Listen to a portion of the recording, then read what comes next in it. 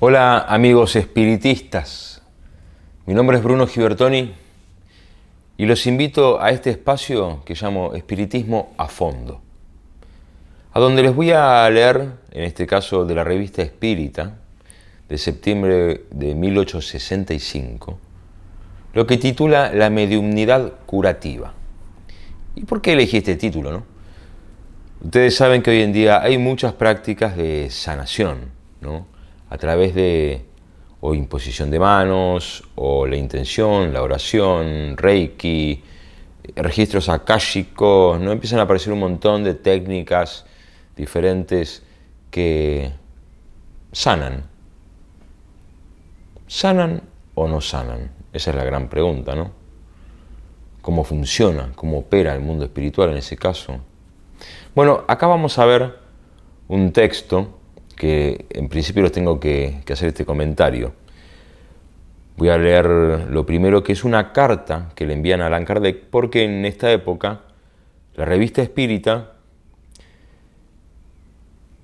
era la forma en que propagaba Allan Kardec el estudio que hacía en la Sociedad Espírita Francesa.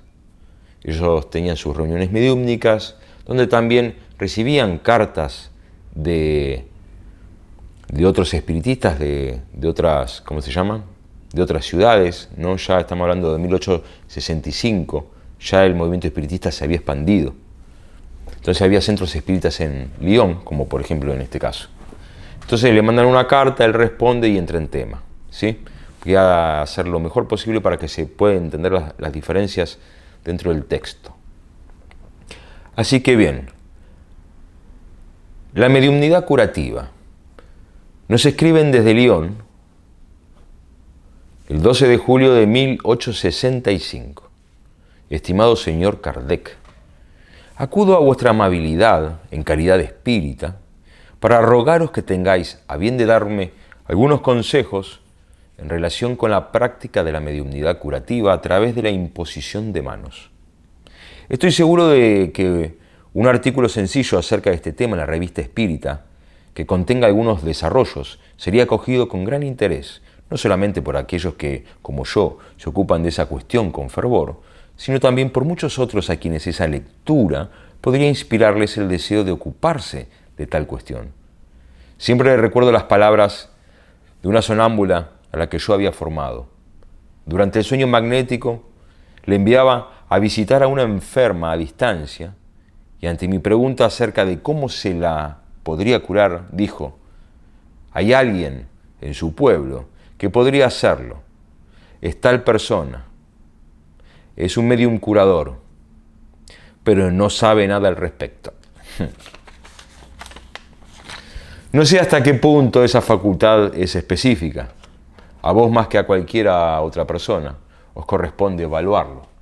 Pero si lo es realmente, cuán deseable sería que llamarais la atención de los espíritas sobre este punto, incluso todos aquellos que os leyeran al margen de nuestras opiniones, no podrían mantener ninguna reticencia en cuanto a practicar una facultad que solamente requiere la fe en Dios y la oración.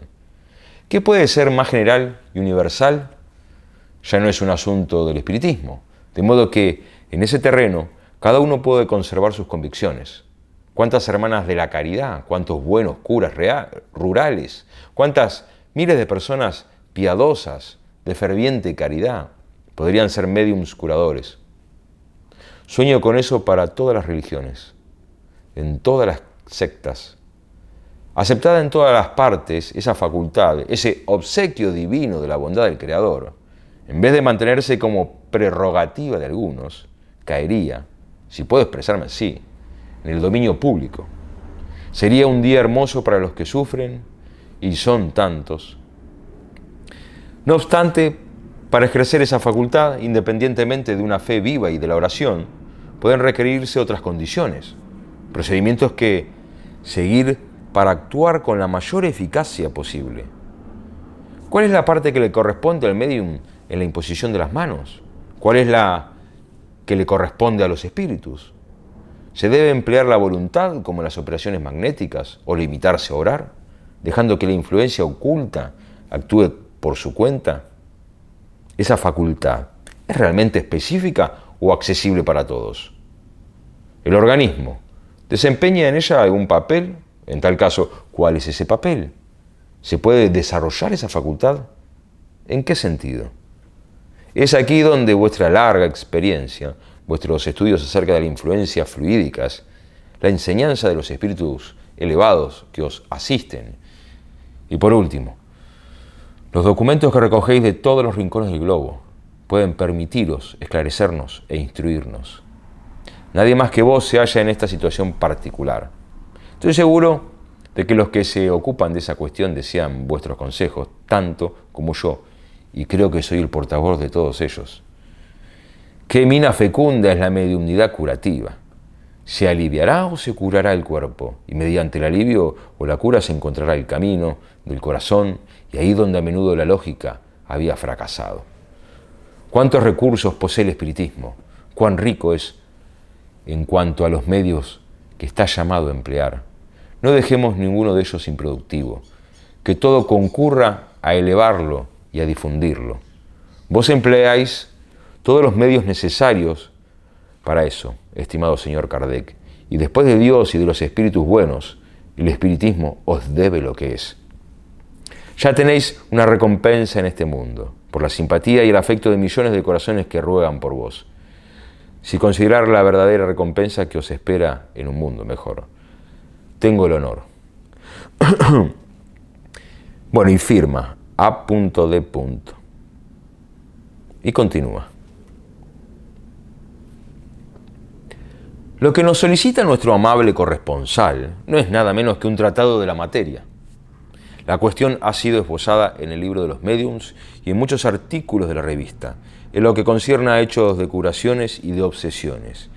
Y está resumido en el Evangelio según el Espiritismo en cuanto a las oraciones por los enfermos y los médiums curadores. El hecho de que todavía no hayamos escrito un tratado regular y completo se debe a dos causas. La primera es que, a pesar de toda la actividad que desplegamos en nuestros trabajos, nos resulta imposible hacer todo a la vez. La segunda, que es más grave, radica en la insuficiencia de las nociones que hasta ahora se poseen al respecto.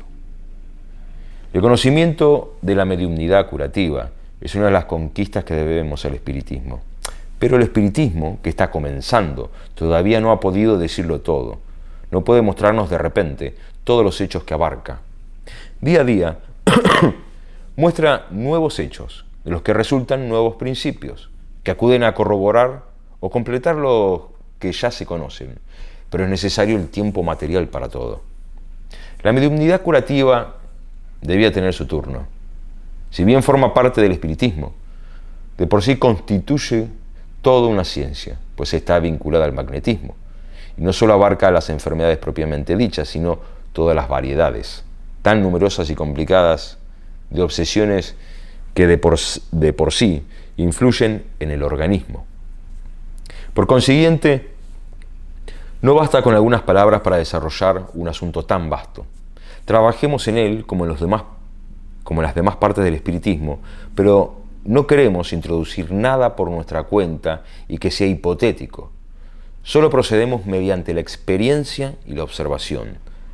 Dado que la extensión de este artículo nos impide el desarrollo necesario, resumiremos algunos de los principios fundamentales que la experiencia ha consagrado. Los médiums, que obtienen indicaciones de remedios de parte de los espíritus, no son los denominados médiums curadores, pues no curan por sí mismos.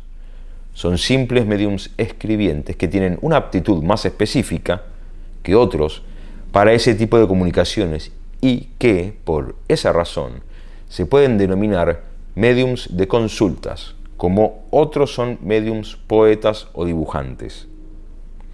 La mediumnidad curativa se ejerce a través de la acción directa del médium sobre el enfermo, con la ayuda de una especie de magnetización de hecho o de pensamiento. Quien dice médium, dice intermediario. Entre el magnetizador propiamente dicho y el médium curador existe esta diferencia.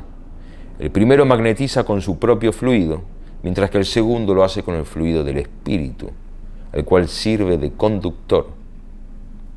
El magnetismo producido por el fluido del hombre es el magnetismo humano, y el que proviene del fluido de los espíritus es el magnetismo espiritual.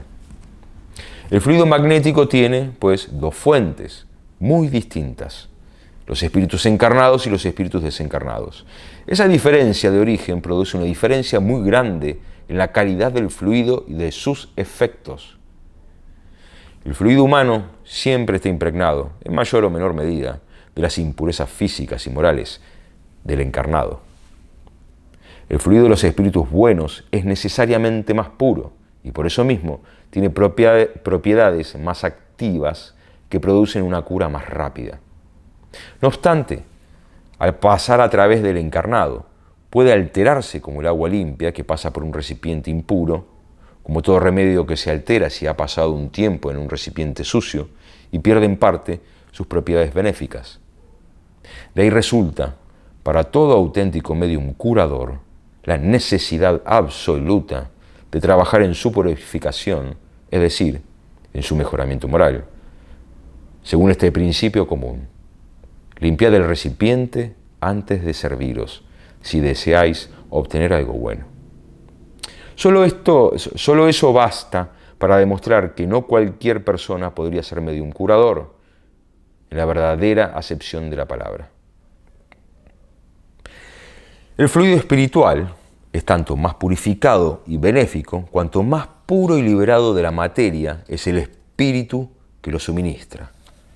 Se comprende que el fluido de los espíritus inferiores debe parecerse al del hombre y que puede tener propiedades malignas si el espíritu es impuro y lo animan malas intenciones.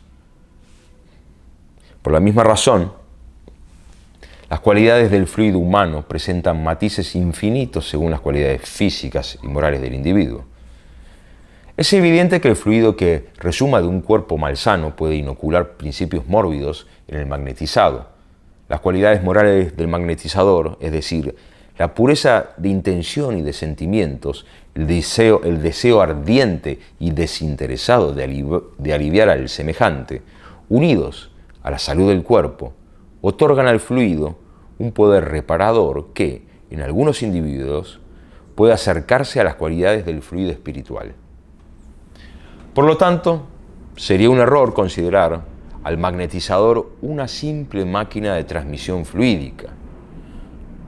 En eso, como en todas las cosas, el producto depende del instrumento y del agente productor.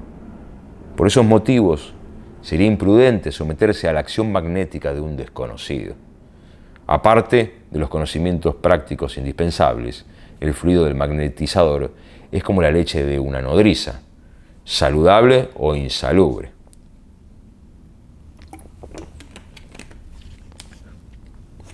Dado que el fluido humano es menos activo, exige una magnetización constante y un verdadero tratamiento, a veces muy prolongado. El magnetizador, al consumir su propio fluido, se agota y se fatiga, pues brinda su propio elemento vital. Por eso, debe recuperar sus fuerzas cada tanto. El fluido espiritual, más potente a causa de su pureza, produce efectos más rápidos y a menudo casi instantáneos. Como ese fluido no pertenece al magnetizador, de ahí resulta que el cansancio es casi nulo.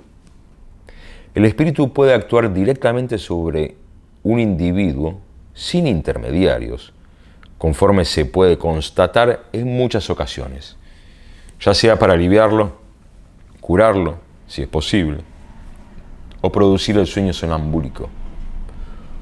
Como actúa a través de un intermediario, es el caso de la mediumnidad curativa.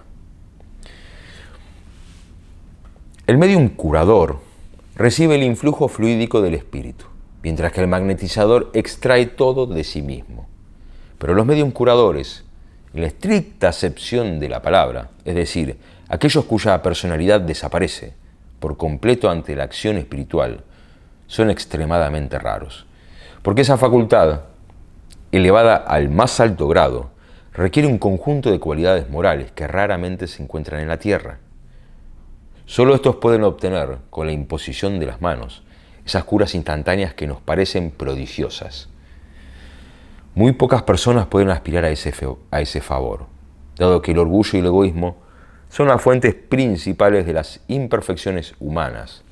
De ahí resulta que los que hacen alarde de poseer ese don y andan por todas partes preconizando las curas maravillosas que han realizado, o que dicen haber realizado, en busca de gloria, reputación o provecho, se encuentran en las peores condiciones para obtener esa facultad, que es un privilegio exclusivo de la modestia, la humildad, la abnegación y el desinterés.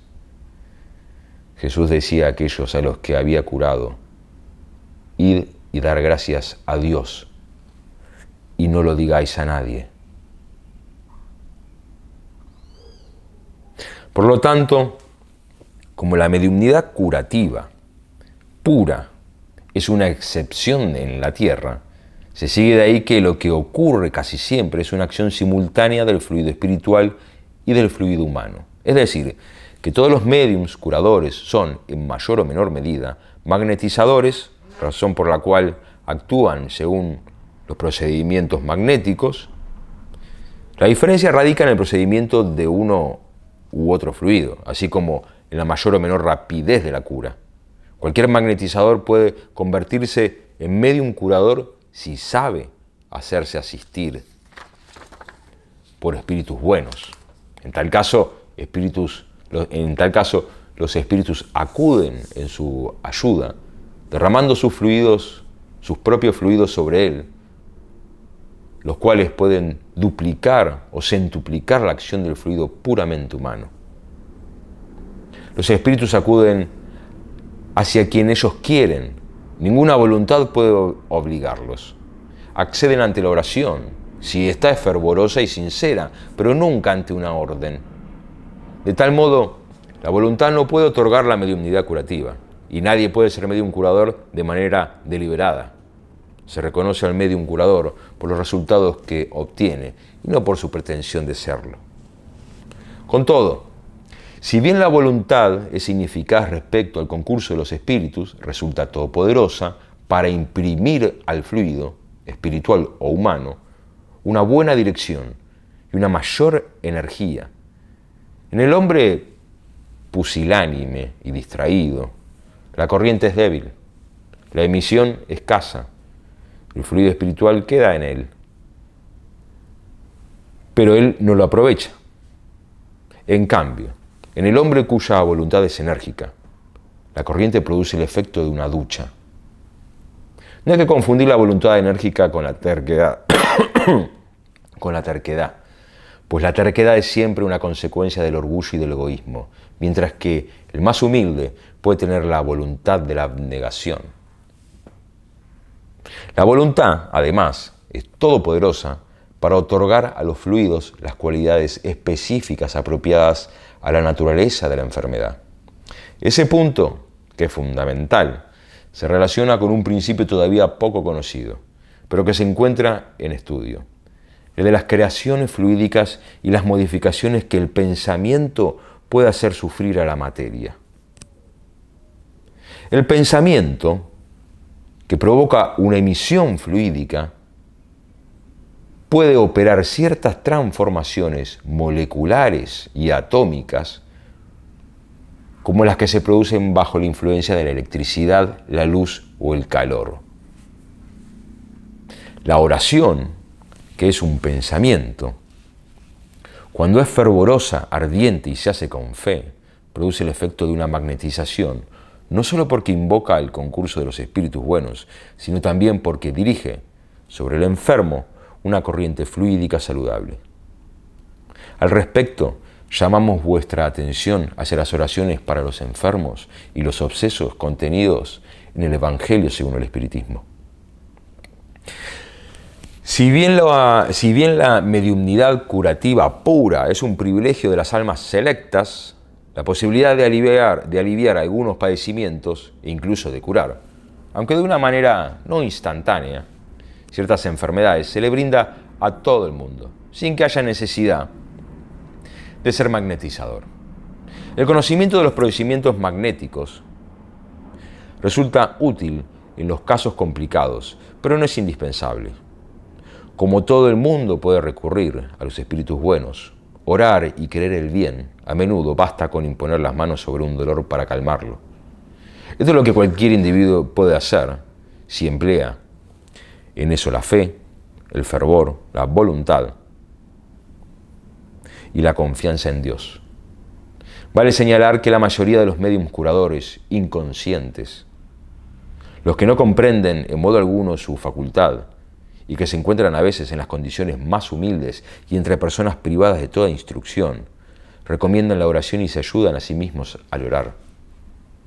Tan solo su ignorancia les hace creer en la influencia de esta o de aquella fórmula. Algunas veces, incluso, mezclan en eso prácticas evidentemente supersticiosas, a las que no hay que dar más valor del que merecen.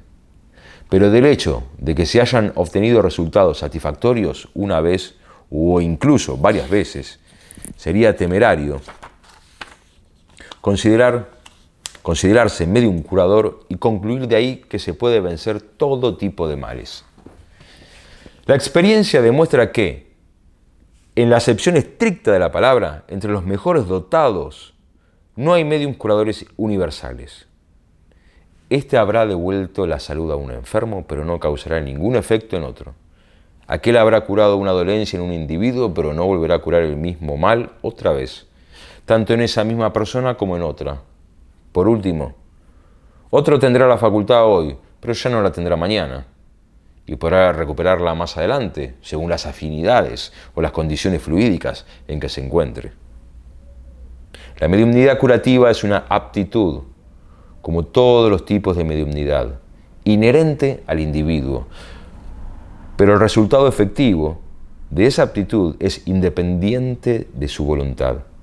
No cabe duda de que se desarrolla mediante el ejercicio y, sobre todo, con la práctica del bien y de la caridad. Pero como no podría tener la persistencia ni la puntualidad de un talento adquirido mediante el estudio, y del que siempre se es dueño, no podría convertirse en una profesión. Por lo tanto, sería abusivo que una persona se presentara ante el público como médium curador. Estas reflexiones no se aplican a los magnetizadores, porque la potencia está en ellos y son libres de disponer de ella.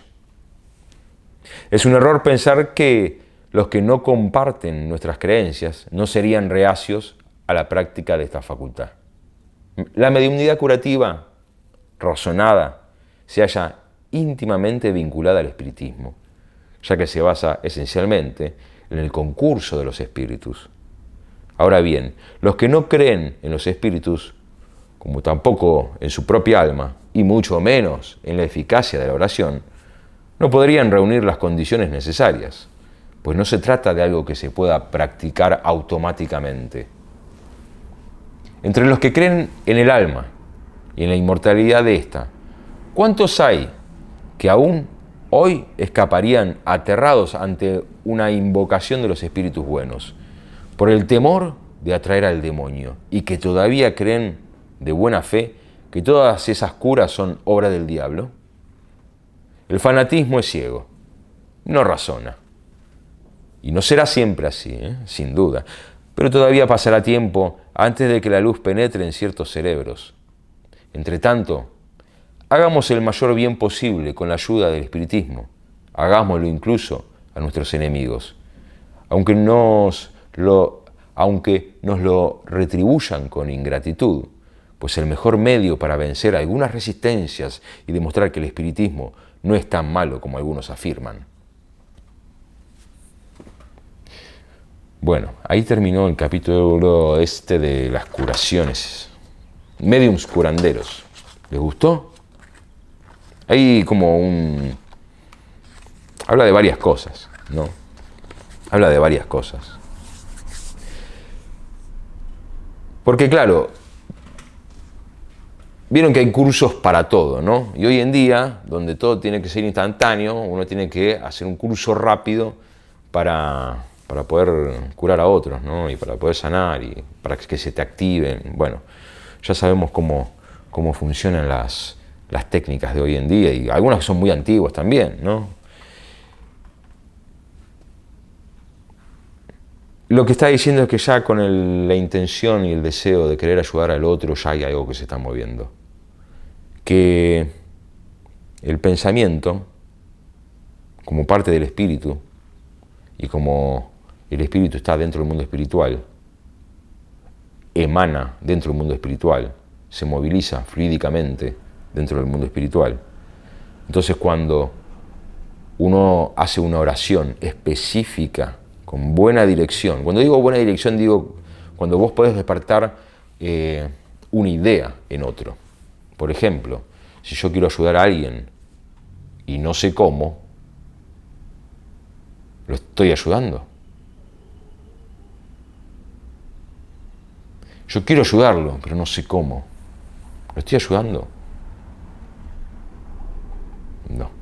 Entonces tengo que instruirme para saber cómo poder ayudarlo.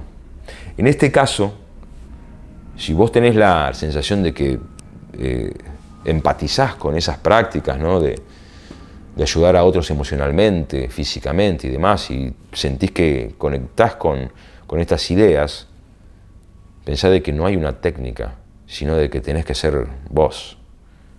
Vos tenés que ser como eso que decía de ese recipiente de agua, vos tenés que estar limpio. Empezá por vos para ayudar a otros, ¿no? Entonces, bueno, gracias por escucharme una vez más. Esto es Espiritismo a Fondo. Espero que les haya gustado. Díganme qué les pareció esto, si tienen alguna pregunta, si quisieran que entre en alguna lectura más específica de algún libro, sobre alguna temática, ¿no? Me gustaría saber qué les interesa, cuáles son sus dudas sobre el mundo espiritual. Y a ver si la filosofía espiritista de Allan Kardec puede responderte a lo que te estás preguntando. Chao amigos espiritistas, hasta la próxima.